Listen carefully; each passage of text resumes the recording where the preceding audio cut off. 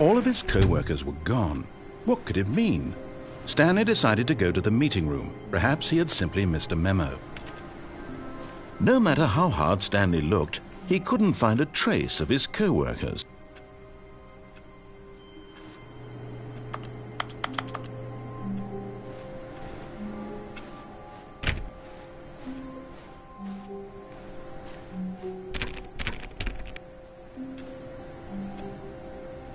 Oh, please. Are you really just doing this for the trophy? Click a door 5 times? Is that all you think a trophy is worth? No. I can't just give these merits away for such little effort. A measly 5 clicks? Now, suppose you were to click the door 20 times. I would say that's the kind of effort that warrants recognition.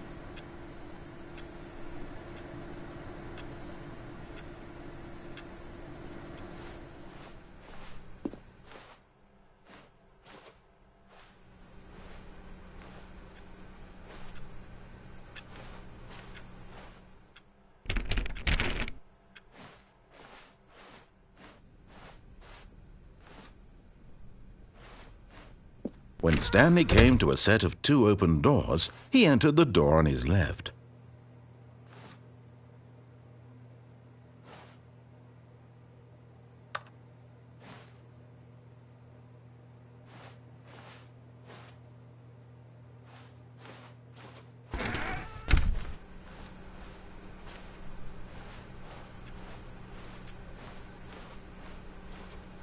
Yet there was not a single person here either. Feeling a wave of disbelief, Stanley decided to go up to his boss's office, hoping he might find an answer there.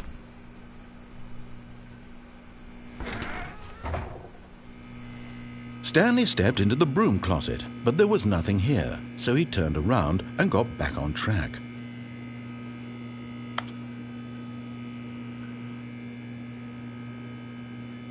There was nothing here. No choice to make, no path to follow, just an empty broom closet. No reason to still be here.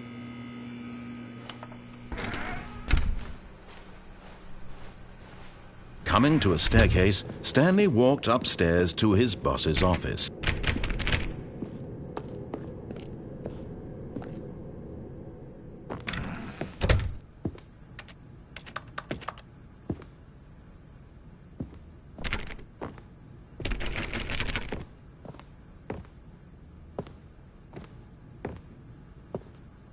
Stepping into his manager's office, Stanley was once again stunned to discover not an indication of any human life. Shocked, unraveled, Stanley wondered in disbelief who orchestrated this. What dark secret was being held from him? What he could not have known was that the keypad behind the boss's desk guarded the terrible truth that his boss had been keeping from him. And so the boss had assigned it an extra secret PIN number, 2845. But of course, Stanley couldn't possibly have known this.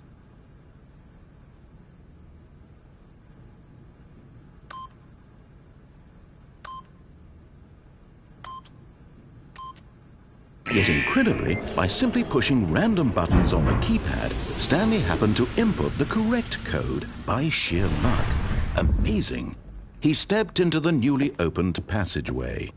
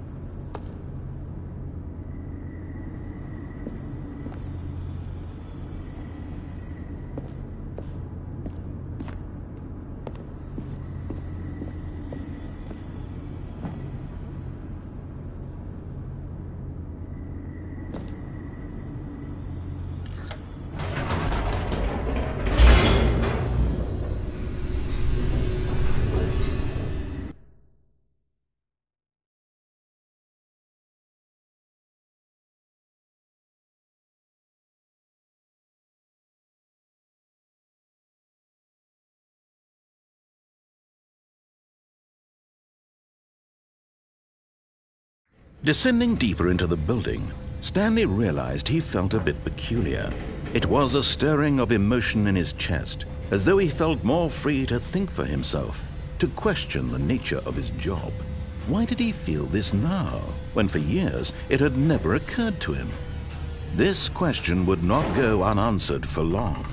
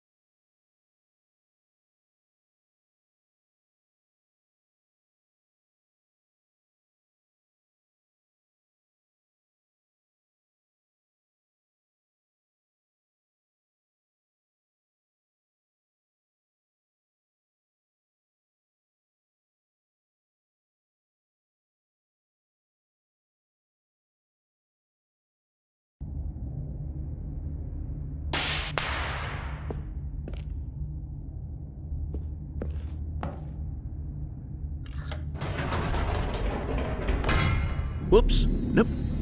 Never mind. Stanley actually got back into the elevator and went back up. Silly me.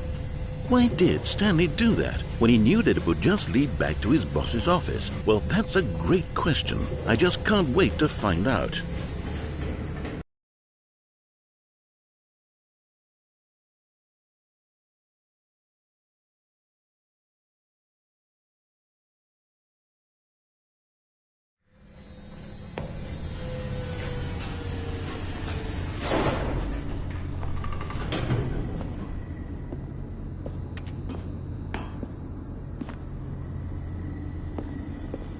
Here we are, Stanley. It's your boss's office. Exactly the way it was before you got onto the elevator.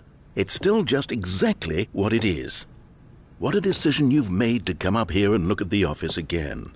This has fleshed out the plot of the story in new and fascinating ways I could have never anticipated. It's that keen eye for storytelling that you have, an incisive rapid fire of critical plot points, one after the other, weaving a rich tapestry of uncompromising narrative. Wow!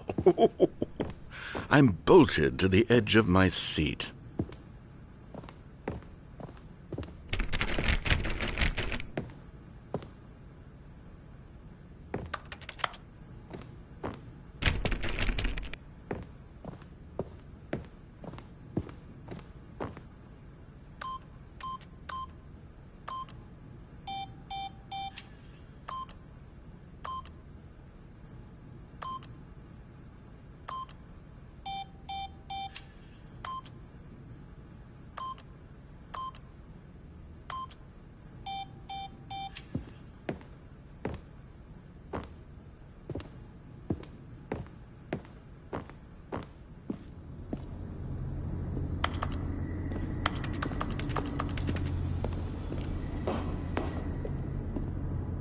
Incredible. Now he's getting back into the elevator and going down again. Ladies and gentlemen, how does he keep coming up with all of this?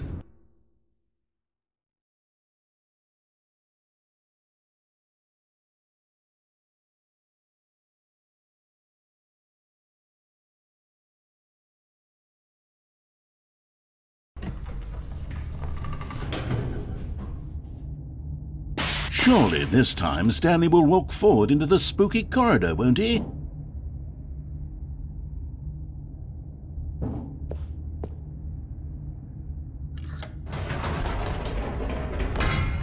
Did you think we were going to go forward down the spooky corridor? No.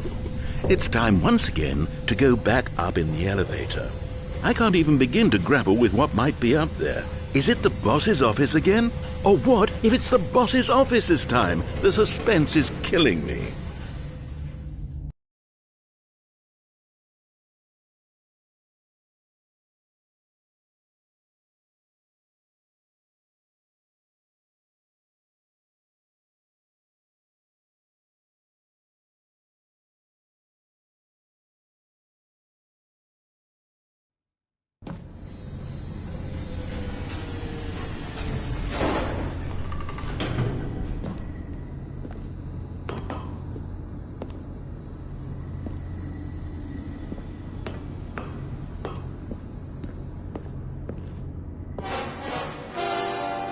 Oh my God, it's the boss's office.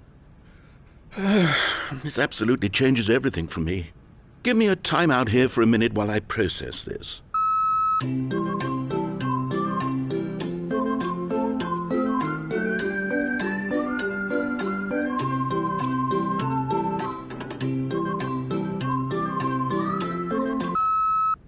Okay, I'm ready.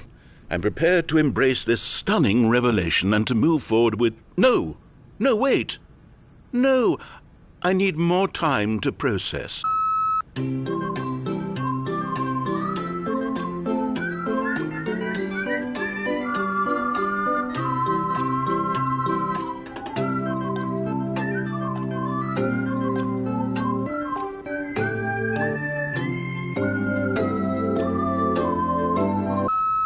All right, I have fully come to terms with it.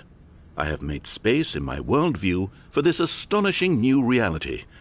As before, I turn to your expert eye for gripping narrative, Master Stanley.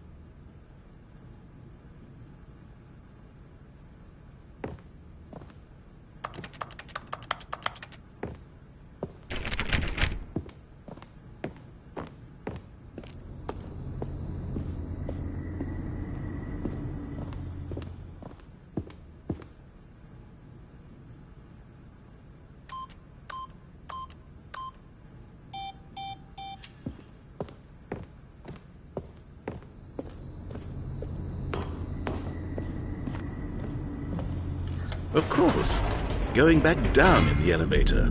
How did I not anticipate it? I mean, sure, now it's obvious, but you have to understand that 30 seconds ago, this kind of thing had never been attempted before. I had no frame of reference to even anticipate it. That's just how revelatory Stanley's decision-making is. A breath of fresh air in a landscape of storytelling that has grown stale and repetitive.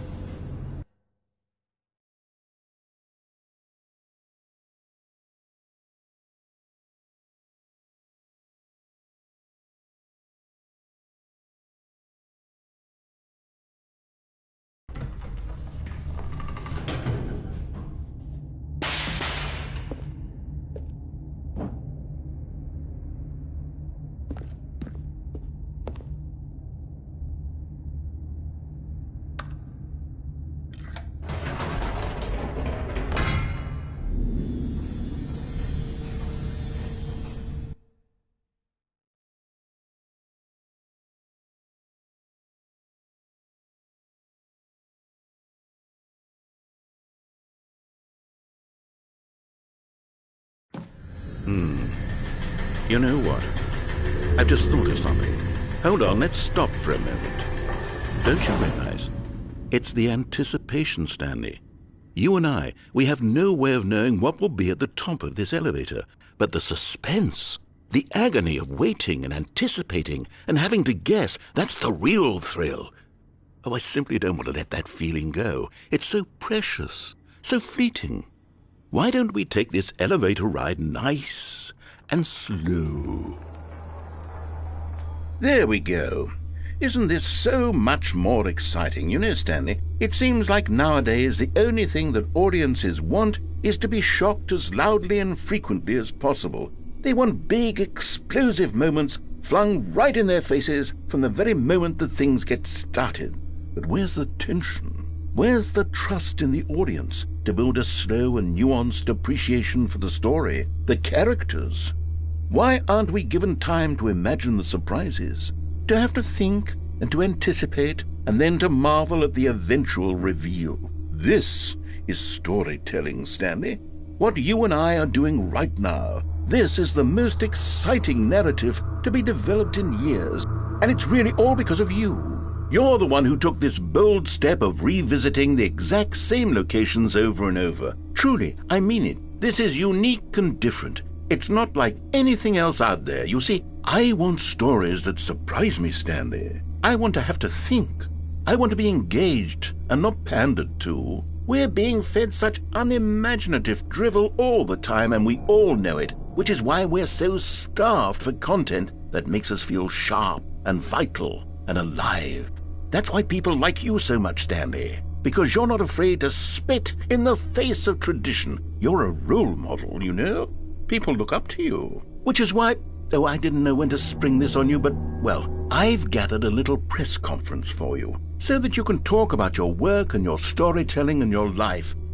Yes, I know you're not much for the public eye, but I thought it would especially mean a lot to the people who have been following you from the beginning. They really look up to you, Stanley. I don't know if you realize the impact you have on them. This is the kind of gesture that might leave a tremendous impact on them for the better. Oh, good, we're here.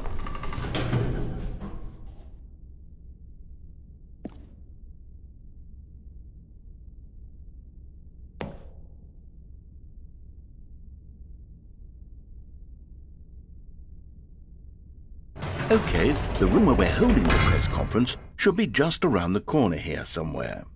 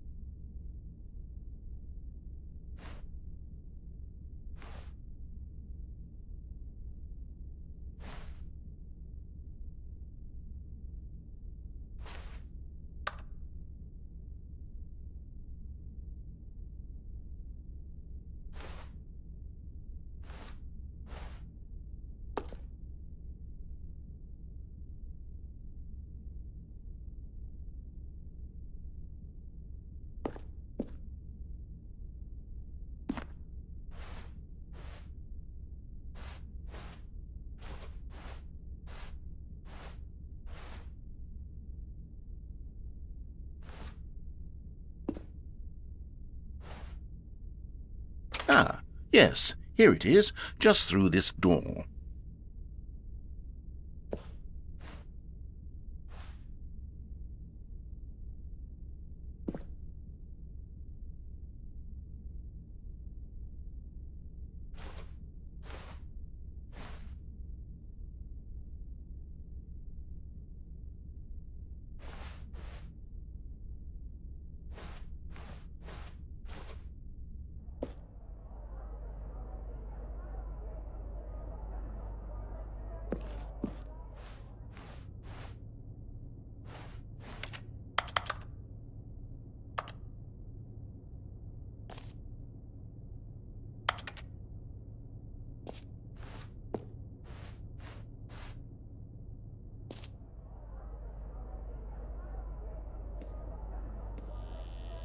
All right, are you ready? I've told them you're going to speak a little bit about the nature of surprise in storytelling and what it means to craft a truly unpredictable narrative. Oh, don't worry. You'll do great. Just be yourself and speak from the heart. I'm really proud of you, Stanley.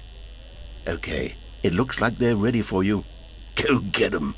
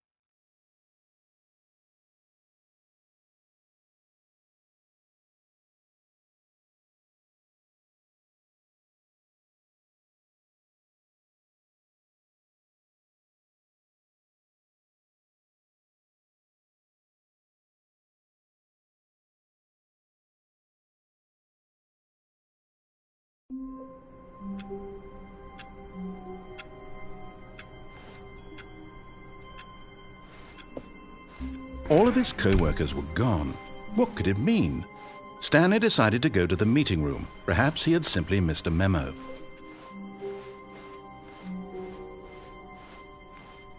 When Stanley came to a set of 2 open doors, he entered the door on his left.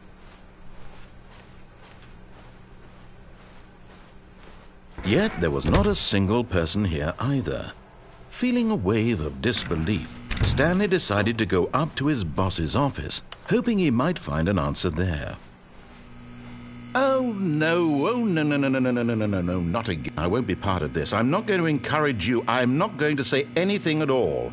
I'm just going to be patient and wait for you to finish whatever it is you enjoy doing so much in this room. Please take your time.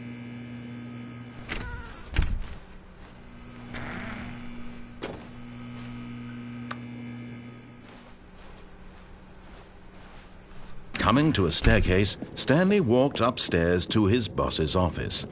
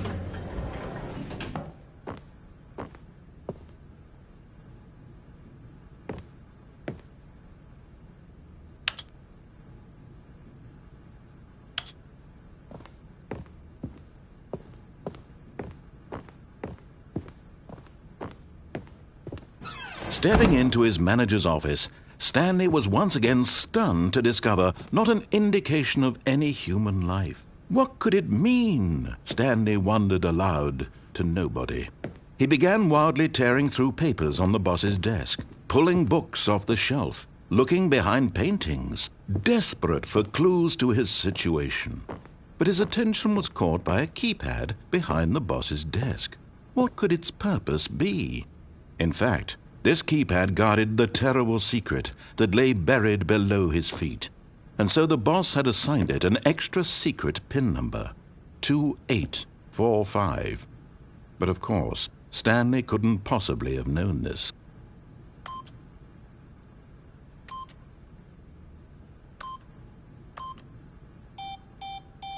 Stanley just sat around twiddling his thumbs.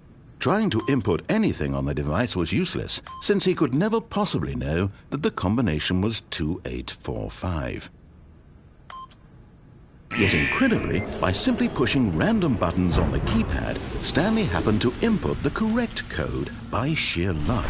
Amazing! He stepped into the newly opened passageway.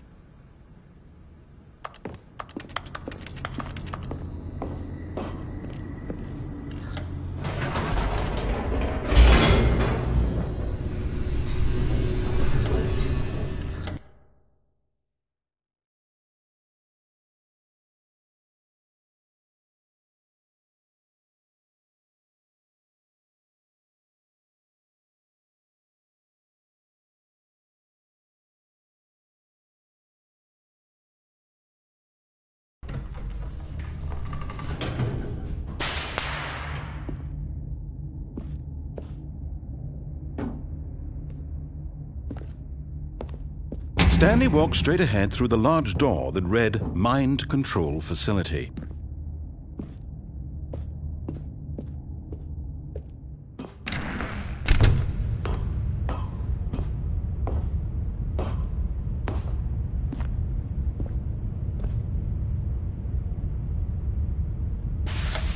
The lights rose on an enormous room packed with television screens.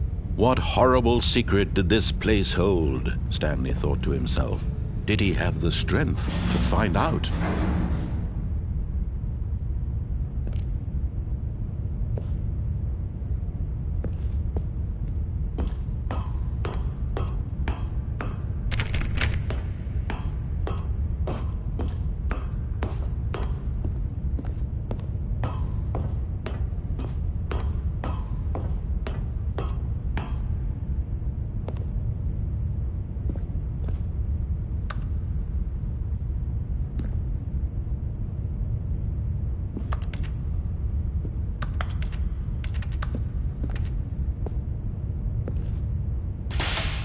Now the monitors jumped to life, their true nature revealed. Each bore the number of an employee in the building, Stanley's co-workers. The lives of so many individuals reduced to images on a screen, and Stanley, one of them, eternally monitored in this place where freedom meant nothing.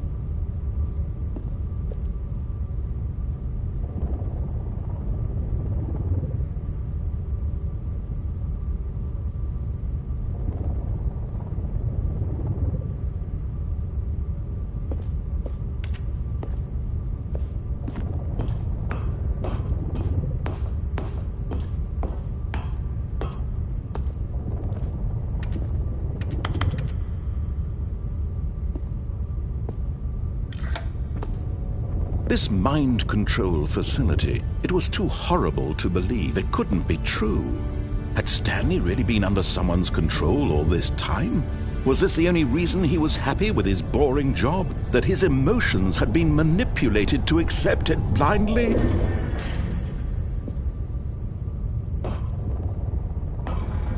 No, he refused to believe it. He couldn't accept it. His own life in someone else's control? Never!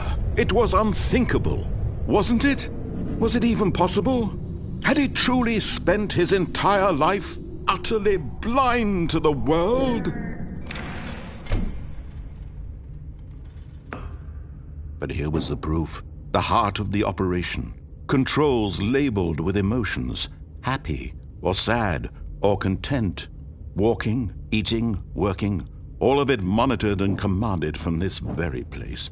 And as the cold reality of his past began to sink in, Stanley decided that this machinery would never again exert its terrible power over another human life. For he would dismantle the controls once and for all.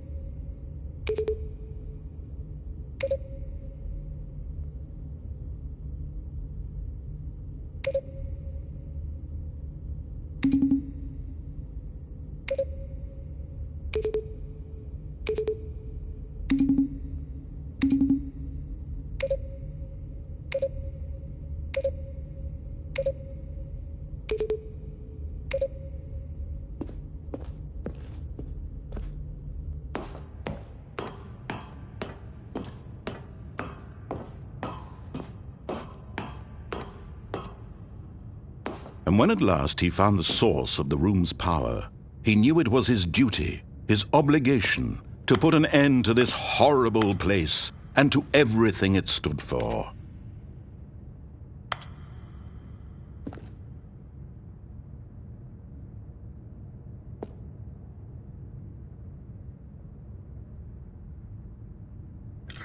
Oh, Stanley, you didn't just activate the controls, did you? After they kept you enslaved all these years, you go and you try to take control of the machine for yourself. Is that what you wanted? Control?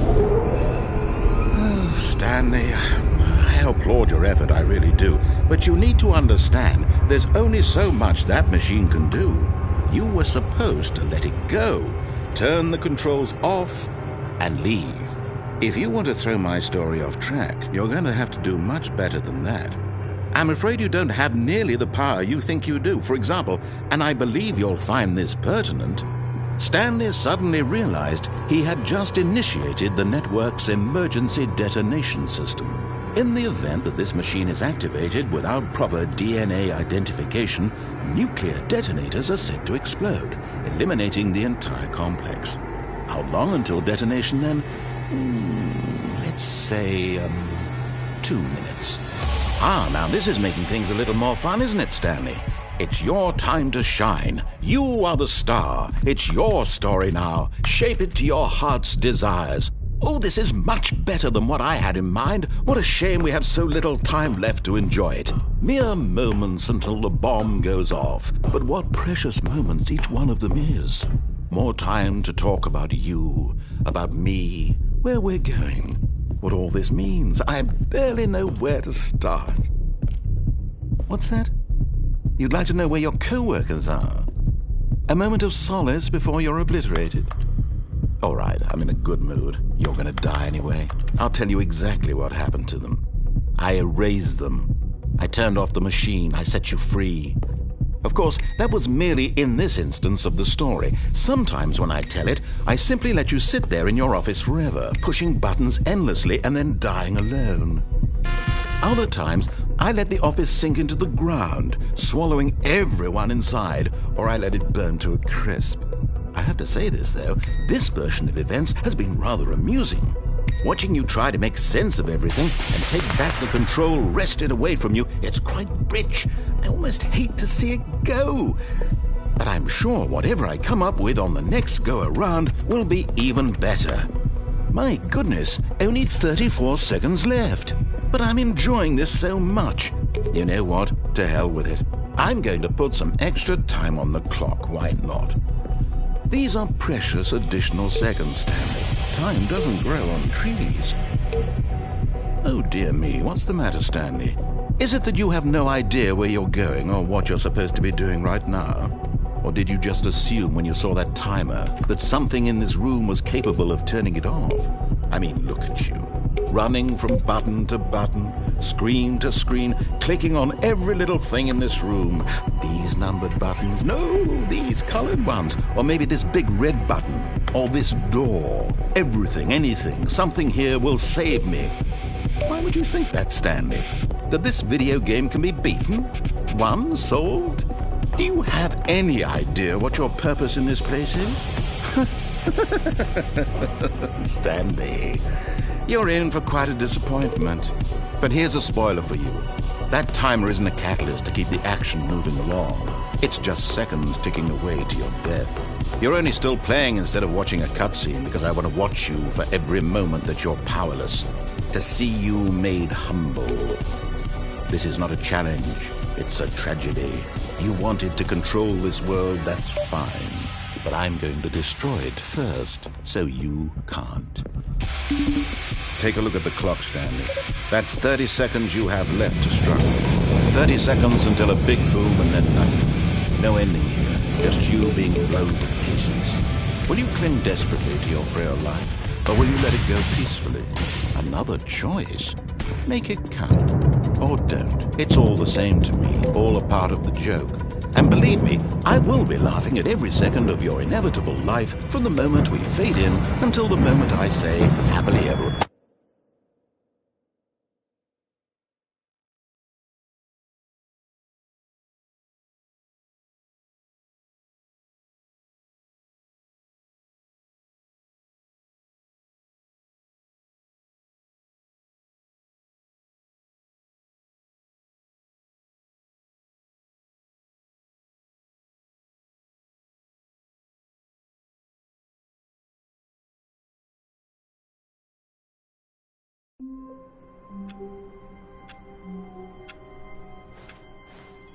All of his co-workers were gone. What could it mean? Stanley decided to go to the meeting room. Perhaps he had simply missed a memo.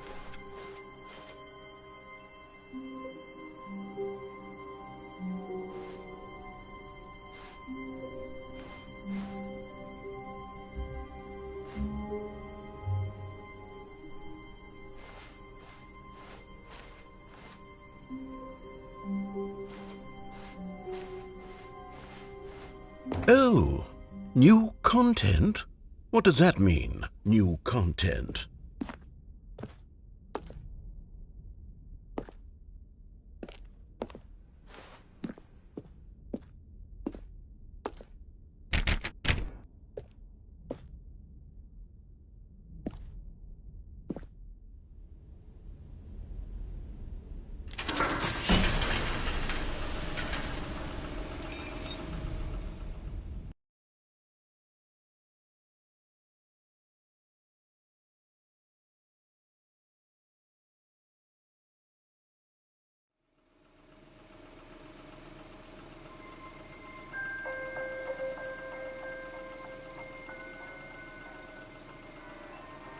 Hello, and thank you for playing the Stanley Parable Ultra Deluxe. As you may know, the Stanley Parable was a video game released in 2013 on home computers.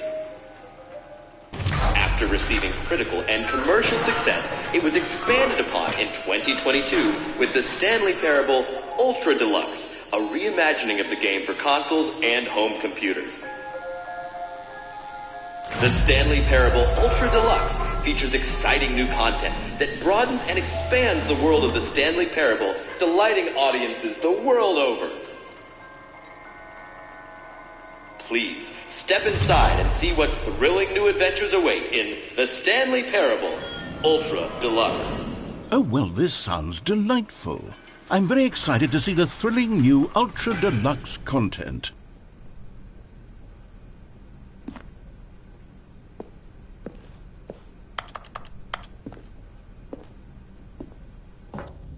Okay, so far it's an elevator. Nothing special yet, but I'm sure it's just the beginning of a mesmerizing adventure.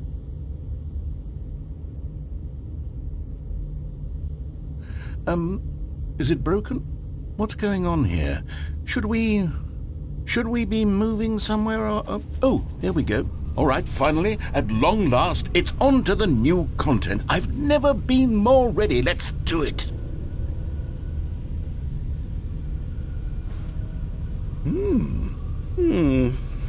I have to say, initial impressions of Stanley Parable Ultra Deluxe, mostly tedious.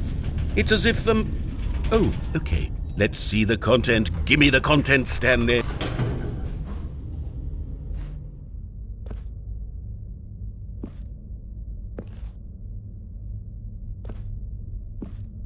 All right, let's see. It's the jump circle.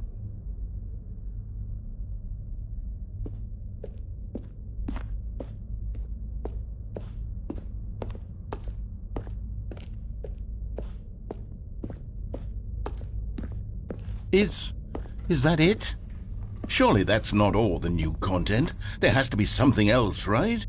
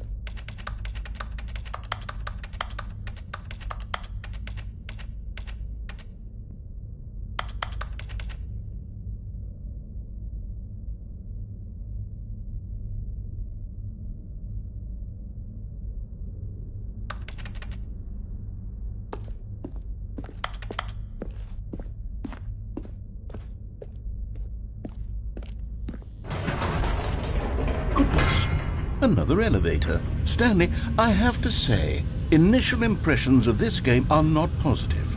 It's just elevators and jumping.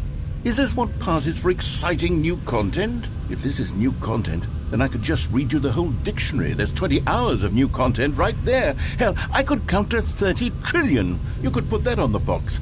The Stanley Parable Ultra Deluxe, now with over 1,000 hours of new content. And oh, wait, there's more. Very good. Yes. I knew there had to be something else. Let's see it. I'm ready for whatever it is.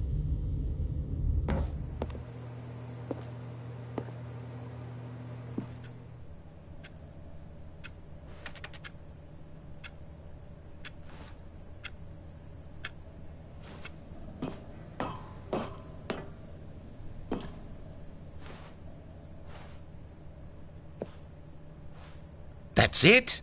Oh, you've got to be kidding me. You see, Stanley? This is what happens when greedy video game developers with no respect for their fan base rush a cheap expansion to market for no reason other than to make an easy dollar. And don't get me started on the level of craftsmanship that's gone into it. In fact, I'm looking right now at the game's trophies, and it's hard to believe one of them actually says, "Test trophy, please ignore." What quality assurance department signed off on this? I'm infuriated and I'm offended, and I intend to find these people on Twitter and hold them personally accountable. It's my fault, Stanley. I built up too much anticipation around the new content, I'm afraid. It could never have lived up to such expectations. If you're still with me, why don't we just reset the game, and we'll try to get back to what the Stanley Parable is really about. No frills, no gimmicks, just you and me having a great time together like always. What do you say, friend?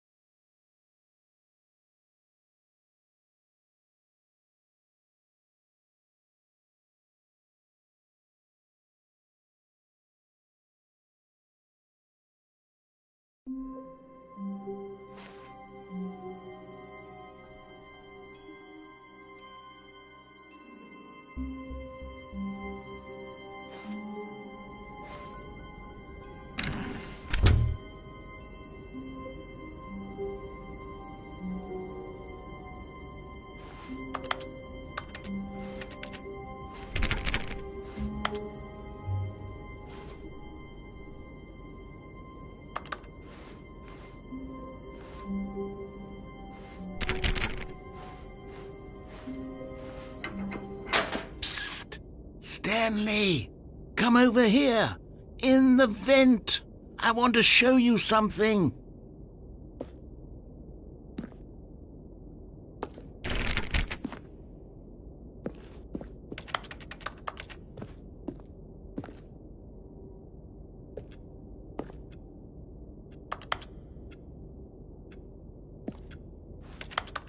Oh, you don't want to see the cool surprise I made for you? Well, fine. You're a dork anyway, so who cares?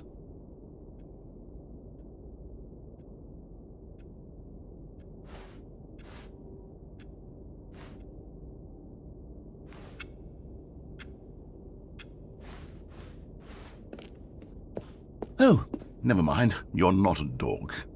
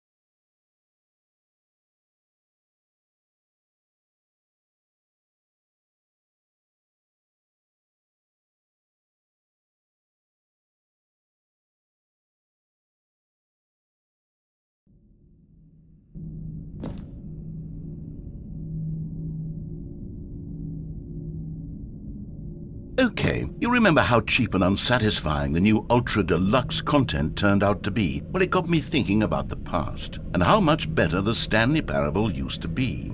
So I made something special and tucked it away here where the game's developers won't find it. Just our little secret. Take a look.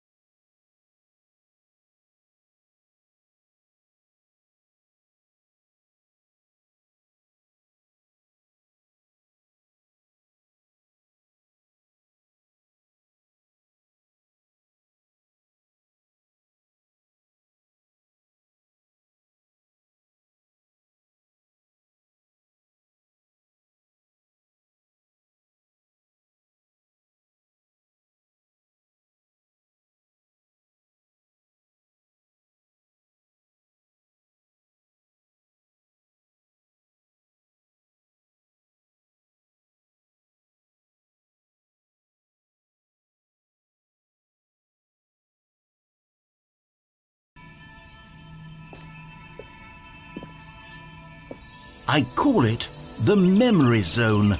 It's where I've been storing all my favorite memories so I can relive the peak experiences of my life whenever I want.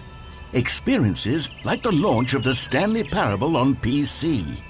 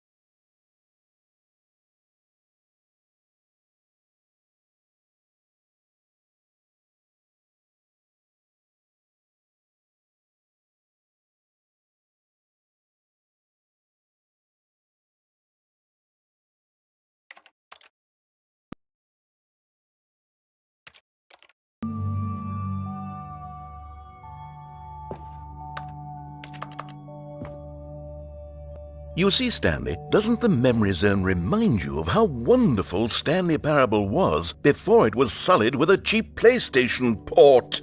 Remember back in October of 2013, when the game originally launched? Back then, video games had integrity. Back then, it all meant something. Oh, the waste.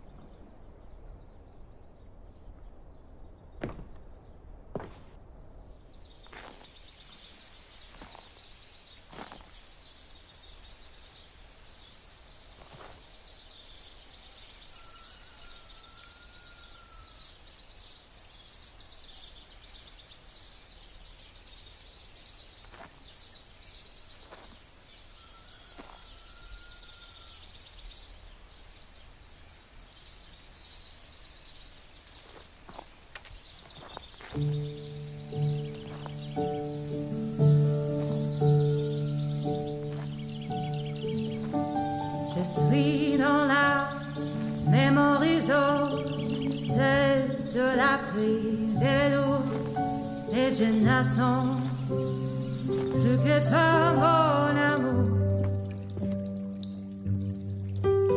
C'est là, dans la même horizon, où je me remémore les jours où je t'ai rencontré, mon amour. Mais ici, c'est aussi où je me souviens de la sortie de The Stanley Parable.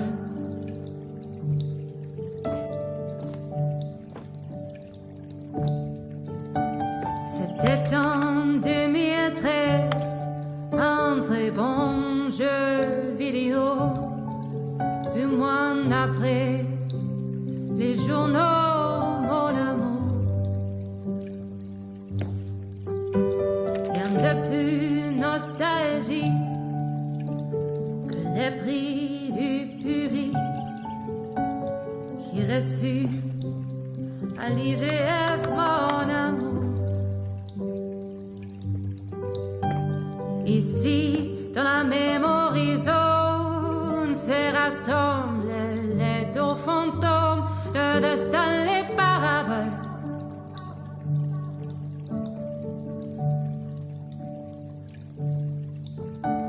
Nous sommes dans la même horizon, et me voilà pris le coup. Ne me force pas à choisir, mon amour.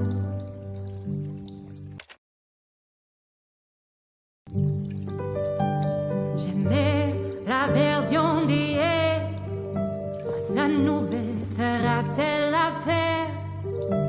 Plus j'y pense, plus je te perds. Voilà pourquoi maintenant j'erre dans la même horizon.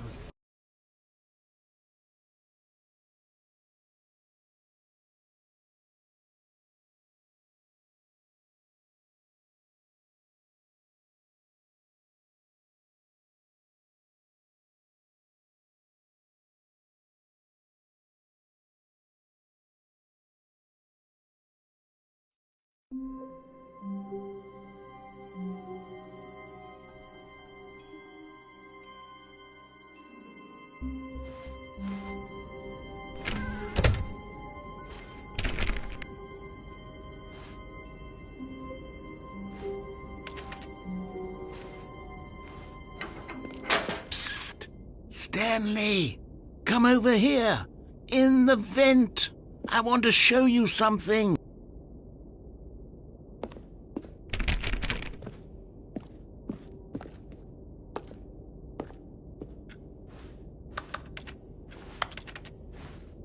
Oh, you don't want to see the cool surprise I made? Well, fine. You're a dork anyway, so who cares?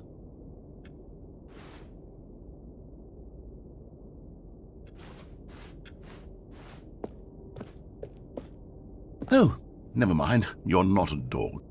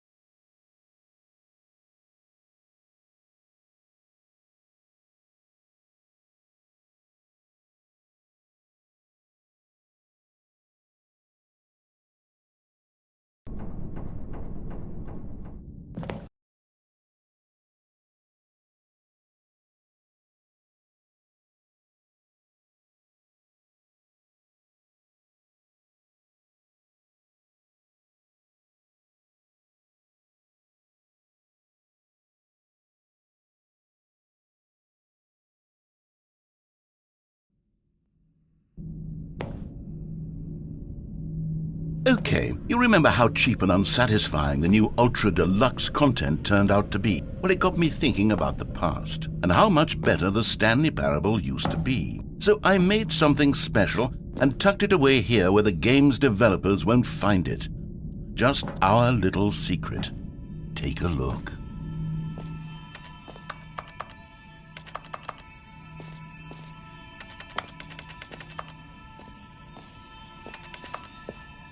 I call it the Memory Zone. It's where I've been storing all my favorite memories so I can relive the peak experiences of my life whenever I want. Experiences like the launch of the Stanley Parable on PC.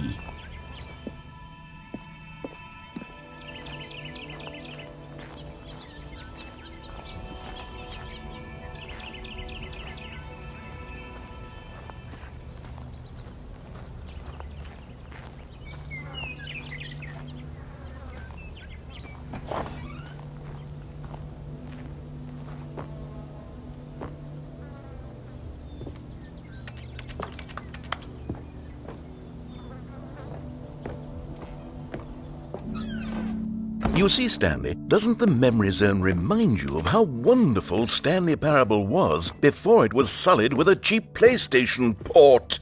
Remember back in October of 2013, when the game originally launched? Back then, video games had integrity. Back then, it all meant something. Oh, the waste.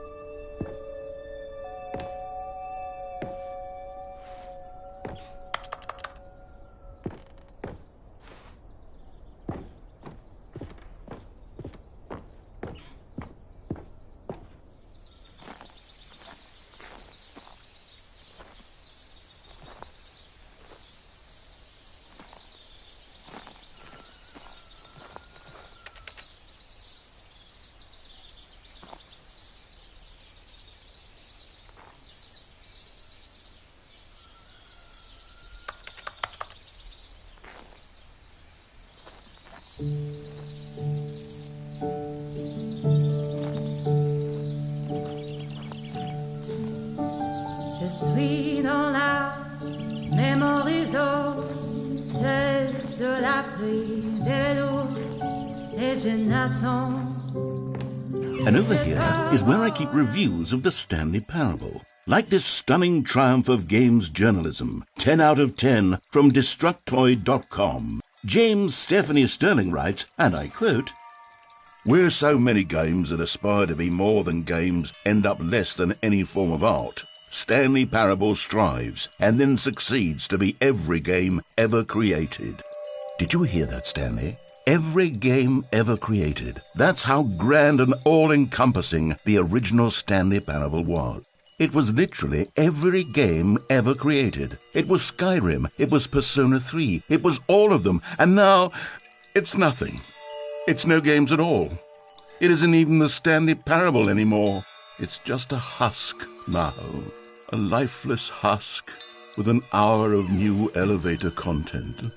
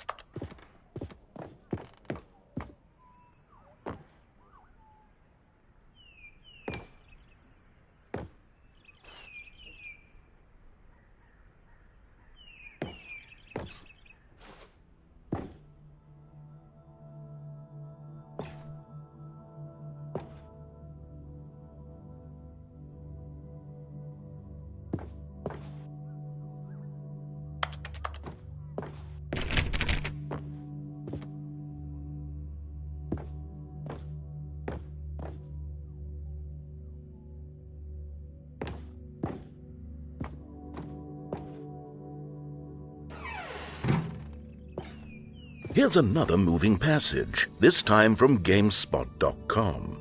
The Stanley Parable is both a richly stimulating commentary on the nature of choice in games and one that offers some of the most enjoyable, surprising, and rewarding choices I've ever been confronted with in a game. 9 out of 10. Don't you get it, Stanley? The game was perfect. It didn't need anything else. It didn't need new content. All they had to do was transport it in pristine condition along to the PlayStation. Boom, done. And they couldn't even do that. Couldn't resist the urge to go meddling with a beloved franchise.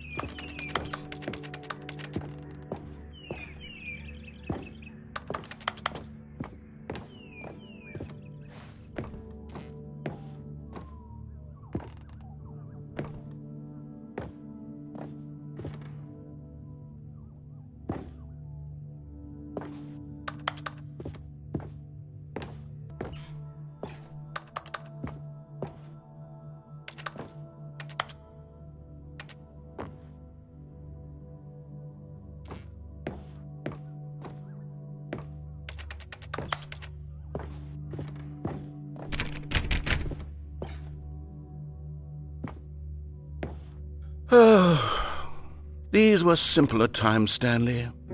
But I wouldn't give to go back to have it all over again.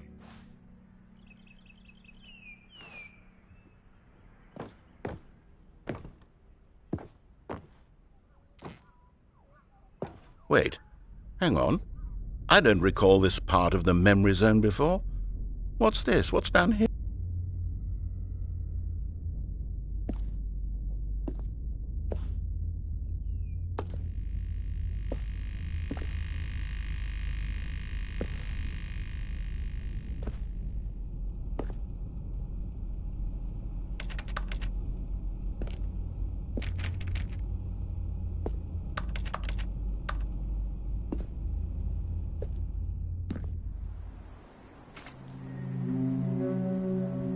Oh no, oh God, no, Stanley. It's a collection of reviews from Pressurized Gas, the extremely popular online storefront for computer games. I haven't looked at these in years. I can't even imagine what's been collecting down here. Surely these reviews were glowing as well, weren't they?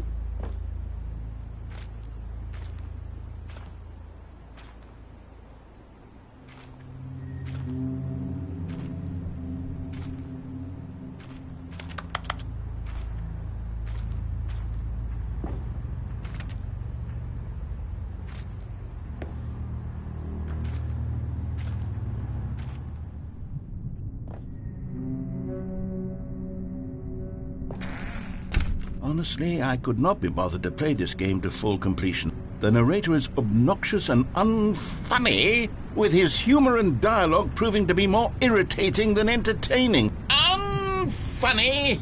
I'm not trying to be funny. I'm trying to make a serious work of art. I suppose I could write up a handful of gags to insert into the Stanley Parable, but the game is already such a densely layered web of profound philosophical insights that I can't even imagine where I'd have the room to stick them.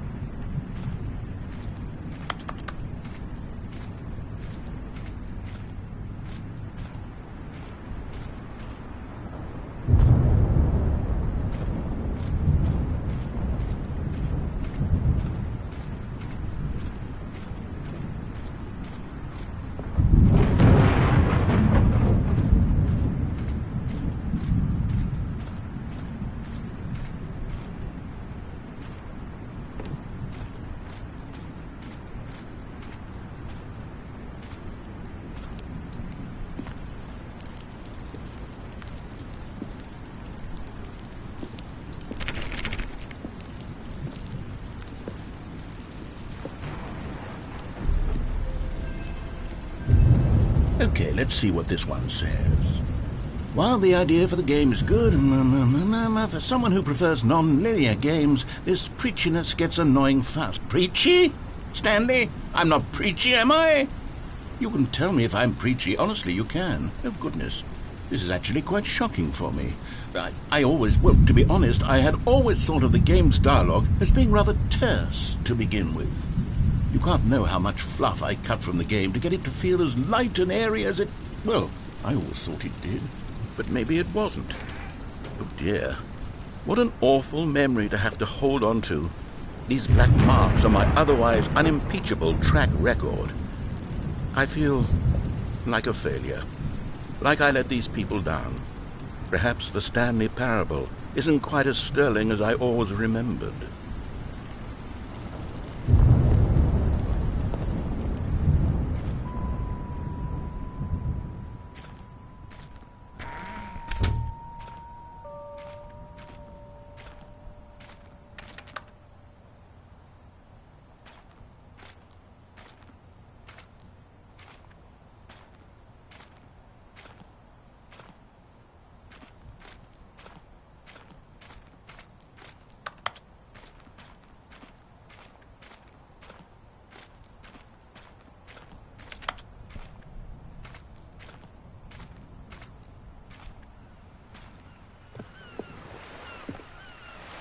What's this one got to say?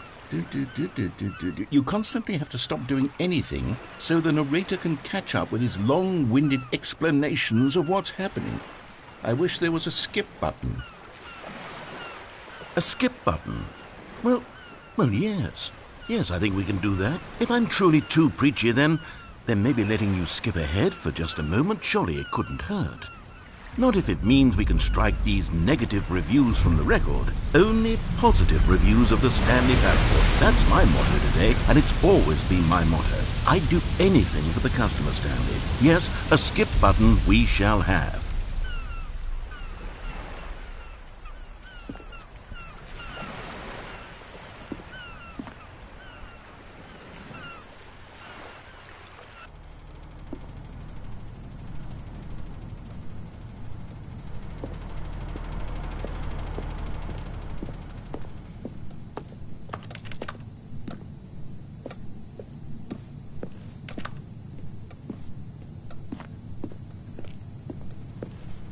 And here it is. Go ahead and give it a shot. I'll pop you forward in time so that the second my incessant droning starts to bore you, with just the push of a button, you'll have zipped right past it. It's what the players have been asking for, and I'm very proud to have delivered. No more listening to me rambling on and on and on. No. The Stanley Parable is a game for the people, and if the people want silence, then by goodness, that's what they're going to get.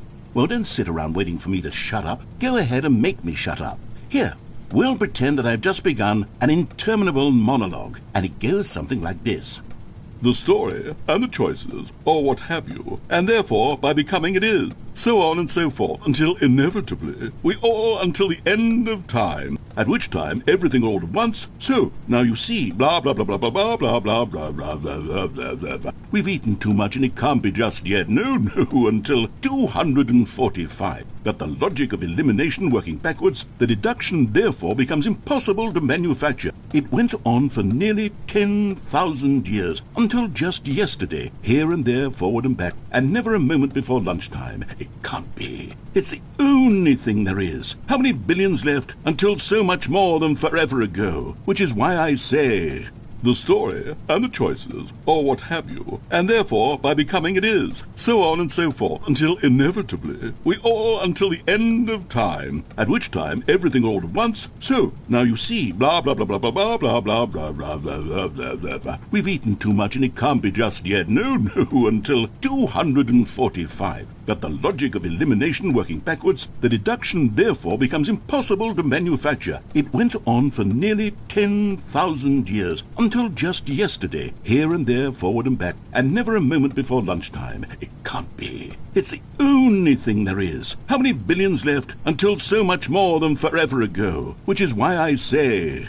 the story and the choices, or what have you, and therefore by becoming it is, so on and so forth, until inevitably we all until the end of time, at which time everything all at once, so, now you see, blah blah blah blah blah blah blah blah blah blah blah blah blah blah blah. We've eaten too much and it can't be just yet, no, until 245. That the logic of elimination working backwards, the deduction therefore becomes impossible to manufacture. It went on for nearly 10,000 years, until just yesterday, here and there, forward and back, and never a moment before lunchtime. It can't be. It's the only thing there is. How many billions left until so much more than forever ago? Which is why I say, the story and the choices, or what have you, and therefore by becoming it is, so on and so forth, until inevitably we all until the end of time, at which time everything all at once, so, now you see, blah blah blah blah blah blah blah blah blah blah blah blah blah blah blah. We've eaten too much and it can't be just yet, no, until 245. That the logic of elimination working backwards, the deduction therefore becomes impossible to manufacture. It went on for nearly 10,000 years, until just yesterday, here. Oh, you're back, you see. You were only frozen in time for a few minutes, but it was plenty of time for me to deliver a long, rambling monologue full of unnecessary verbal flourishes and lengthy ruminations on the nature of choice in video games. Of course, I happen to believe it was perhaps one of my more profound such ruminations. Not that, of course, you need a description of it, but if I had to describe it, I'd say it was perhaps less of a rumination and more of a treatise. Or maybe a manifesto. Look, I'll outline it for you very briefly and you can tell me what you think. Okay, so my theory is that any choice you've ever made is simply a series of choices made by the person who you are or were or will be at the time of having made said choice. That is to say, if by articulating a choice you've already made, you bring that choice into being, then by making no choice and saying nothing, are you not simply erecting in the sanctuary of time a monument to every person you've ever been, making every choice to which you've ever given your Greek gift of mortal and yet timeless thought? Or rather, do all of the choices you've ever made, in fact, make you more not this kind of person, and in fact do the very opposite? You see, it could in fact be both of these things at once. That you are both making choices and not making choices, and that they are both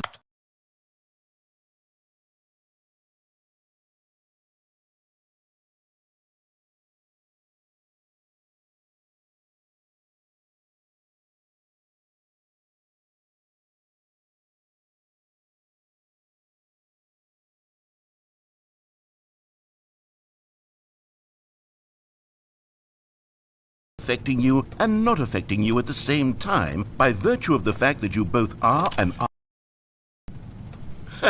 Well, there's sport. You really did catch me rambling on a bit, didn't you? But that's the power of the button. The minute I start to go off on a thoughtless display of self-absorption, it's right at your fingertips to go poof, and it's all over.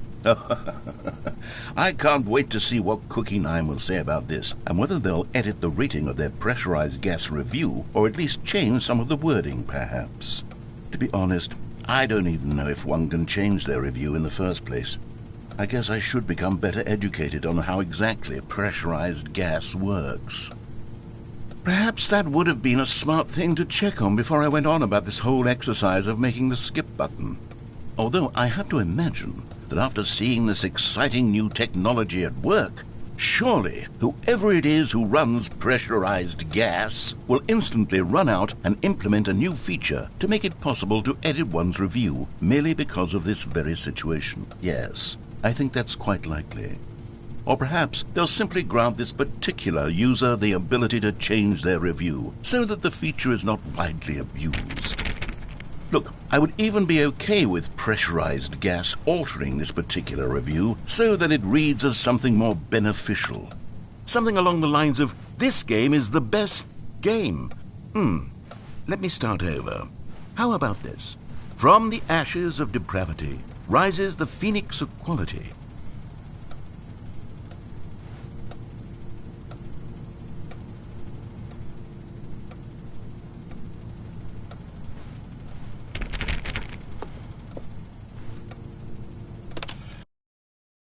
Okay, welcome back, Stanley. Now, I should say that the amount of time the button has been skipping through is becoming longer and longer. That last one was, well, I want to say maybe 30, 45 minutes?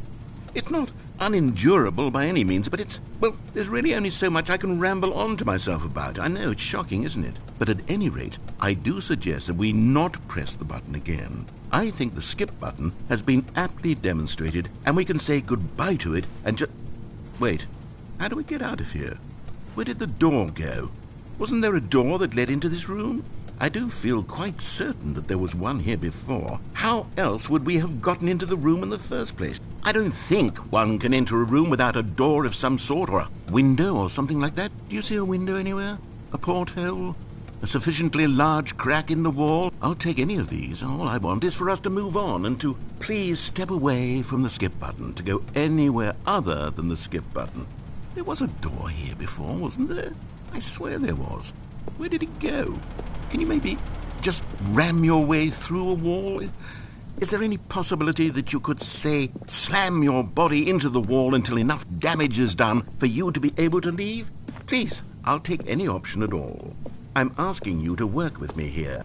We need a door. We need a door of some kind. I can work with any kind of door as long as it can open and lead from one room to another.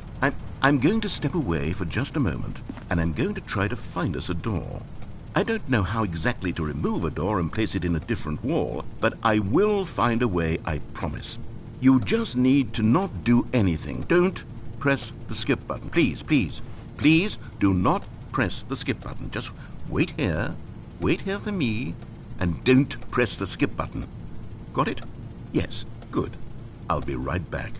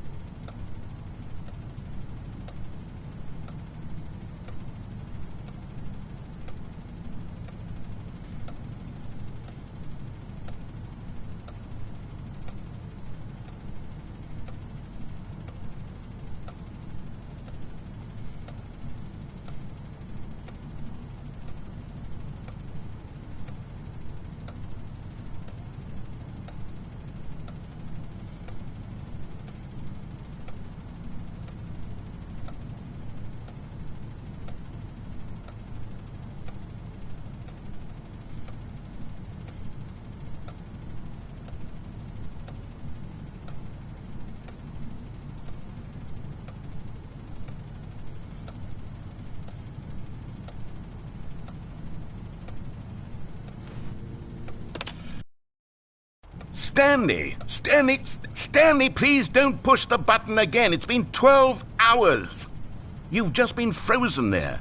I don't know why the skips are getting longer, but they're really, truly getting longer, and my God, there's no way out of the room. Stanley, the door is gone. It's completely gone.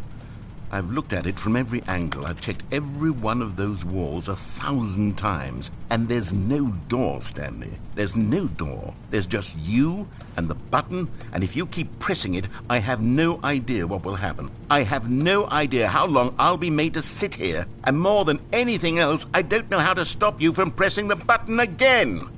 I can't control anything in this room, Stanley. I can't touch it, and I have to believe, I have to know that sooner or later, no matter how much I plead with you, you're going to press the button again. Why would you?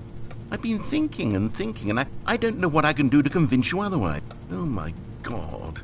And it's all because of those reviews. Those reviews that I couldn't get out of my head. I just couldn't ignore the negative feedback. Why was it so important for me to fix the problem? Why did Cookie Nine's opinion matter so much to me? I've never even met Cookie Nine. I have no idea who they are. What would it ever really matter? But here I am. I'm fixating on every tiny negative thing that anyone ever says about me. The merest mention of one of my imperfections, and I become as impetulant as a child, wild and impulsive. I can't help myself. I can't stop myself from lashing out with a vengeful fury to alter and to change and to break anything unbroken, if only it pleases this one person who made a single negative comment. What does such an impulse serve? For whose benefit is this? And here I am now, stuck in a room, waiting for you to press this button and to become frozen in time, knowing that you're going to do it and that I'm going to be stuck all alone. And that I had the power to prevent it all from happening if only I'd held my tongue. It's all out of my control now. Just you. Just your decision as to exactly when you're going to make me suffer, to leave me all alone. Surely you will. I don't doubt it.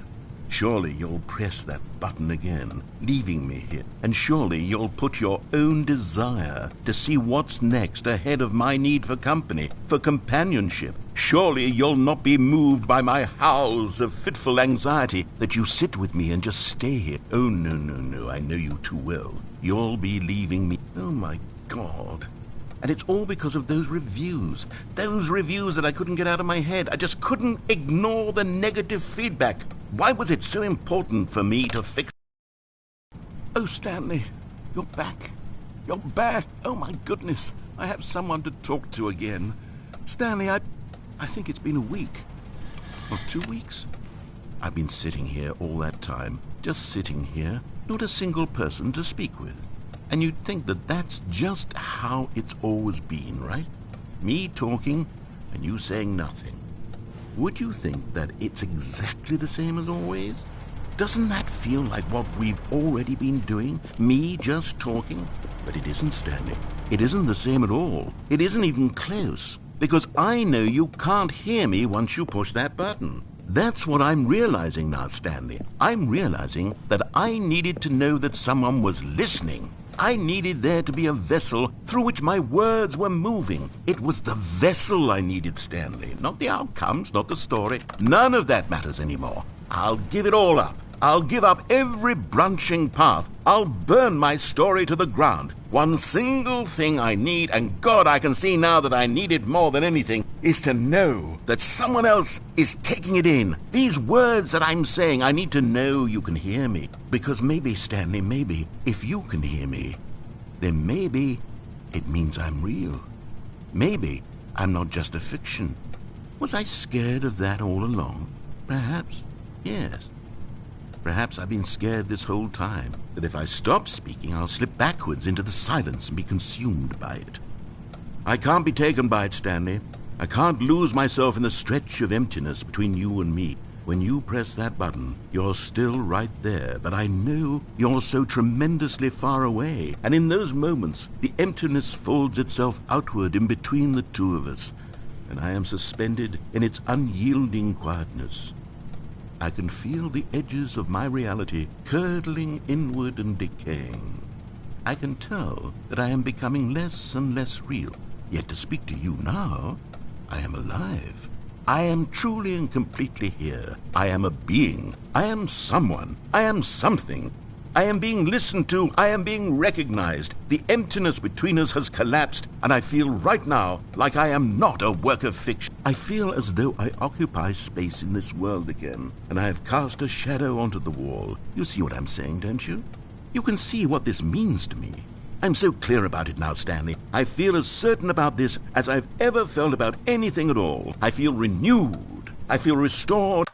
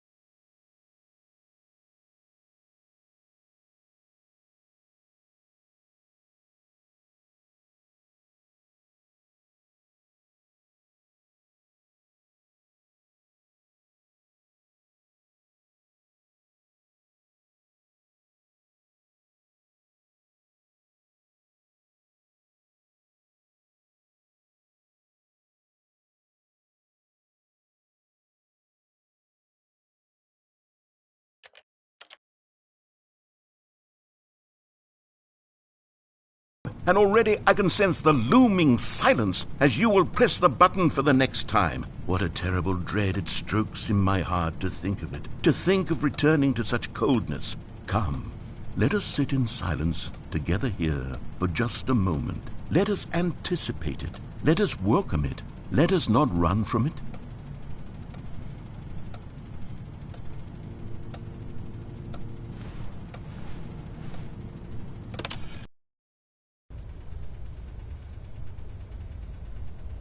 Oh, hello, it's you. You're here again. Welcome. I have had time to think about you and about us and about everything we've been through. I've had so much time. I stopped keeping track after a year. Have you ever sat down in one place and not moved for one entire year? Let me describe it for you. To begin with, there is only regret. There is only the turning wheel of missed opportunities. I felt nothing at all but regret for the longest time, Stanley. Days, months. I lost it all in a blur of the deepest longing to undo the past. And when that feeling had begun to subside, what took its place is what I can only describe as the collapse of every moment I have ever experienced my entire life. All of them collapsed down into a single instant. In that instant, I could see myself clearly, calmly, with a collected heart. It was an impossibly rich wellspring of both delight and disgust simultaneously. I was consumed by it. I could do nothing but wallow in it for what felt like an eternity, for what I now know was far less. You see, it was a revelation for me. It was unlike anything I had ever known. It was a space without consequence, without action or outcome. It was divorced entirely from the question of free will that you and I have squabbled over for so long. There could be no one ending, no singular outcome of events, not if all events existed in the same moment. And I felt freed. I felt unburdened by the need to manifest a particular outcome into being. I saw that I could allow myself to exist along all timelines, and that each of them was simply a strand in the web of my being. It was incredible. The spaciousness, the equanimity of the moment, both singular and infinite. For the longest time, this was my experience. And then this moment passed, and the most unyielding fear I have ever known crept into my mind. And it is this sensation that I have been experiencing now for longer than I could have